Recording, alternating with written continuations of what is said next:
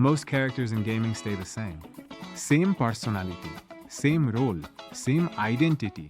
But Lara Croft didn't. Over the past 30 years, she went from a fearless icon to something much more human. And if you look closely, every version of Tomb Raider feels completely different.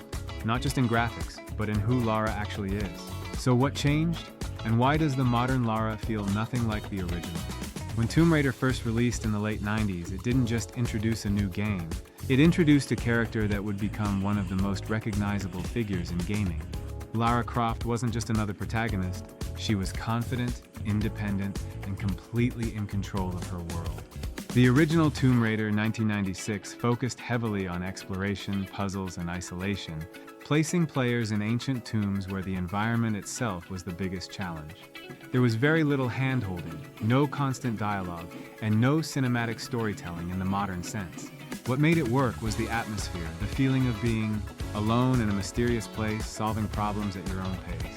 That early version of Lara reflected the design philosophy of the time.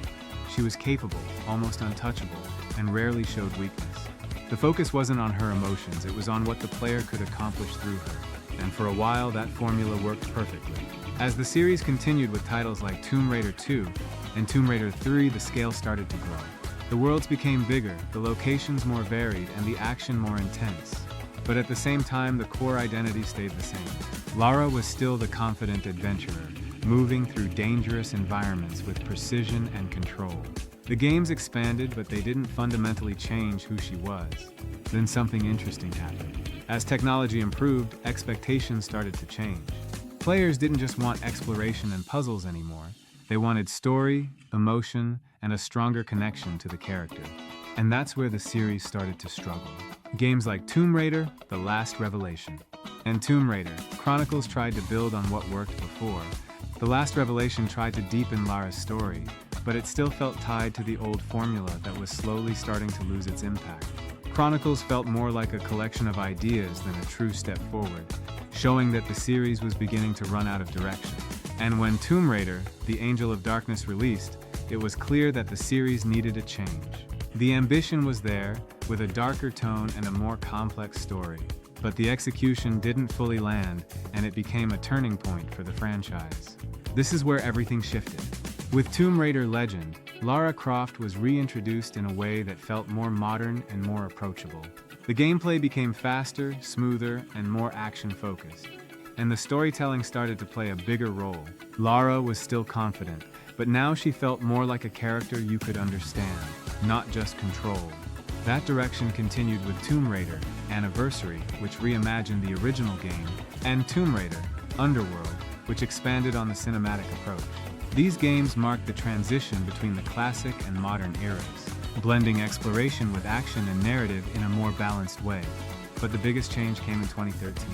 The reboot, simply titled Tomb Raider 2013, completely redefined Lara Croft. This version of Lara wasn't already a legend, she was becoming one. For the first time, players saw her struggle, make mistakes, and grow over time.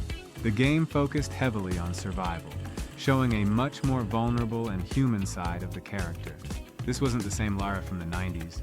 This was someone who had to earn every step forward. And that change made the experience feel more personal. That approach continued in Rise of the Tomb Raider and Shadow of the Tomb Raider, where the world became larger, the mechanics more refined, and the storytelling more ambitious.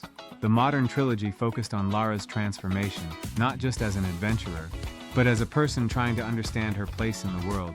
What's interesting about this evolution is that it reflects something bigger than just one character. It reflects how games themselves have changed. In the 90s, characters were often symbols, strong, iconic, and larger than life. Today, they're expected to be human, flawed, emotional, and constantly evolving. And Lara Croft represents that shift perfectly. The original Lara was someone you wanted to be. The modern Lara is someone you understand. Neither version is better or worse, they're just different answers to the same idea of what a character should be. And that's why Tomb Raider has lasted for so long. Because it wasn't afraid to change. Over 30 years, the series didn't just improve its graphics or gameplay, it redefined its identity multiple times, adapting to what players wanted while still holding on to its core idea of exploration and discovery. When you look back at the entire timeline, you don't just see a character evolving, you see an industry evolving with her. And that's what makes Lara Croft more than just a gaming icon. She's a reflection of how far games have come. If you enjoyed this video and want more deep dives into how iconic games and characters evolved over time, subscribe for more.